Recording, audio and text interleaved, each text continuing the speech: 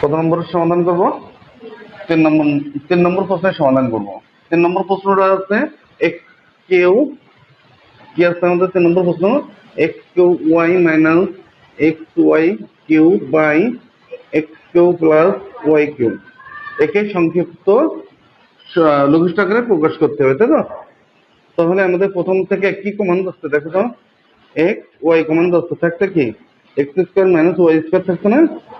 এখানে x square x q আছে, x যখন কমন নিচ্ছে তাহলে এক্স স্কোয়ার থাকে, ওয়াই ওয়াই এখানে চলে আসলে এখানে এক্স, এখানে আছে এক্স নিয়ে নিলাম, তিনটে আছে একটা কমন নিচ্ছে তাহলে দুইটা থেকে গেল, নিচে যা আছে তাই ভাতে দিই এক্স কিউ প্লাস ওয়াই।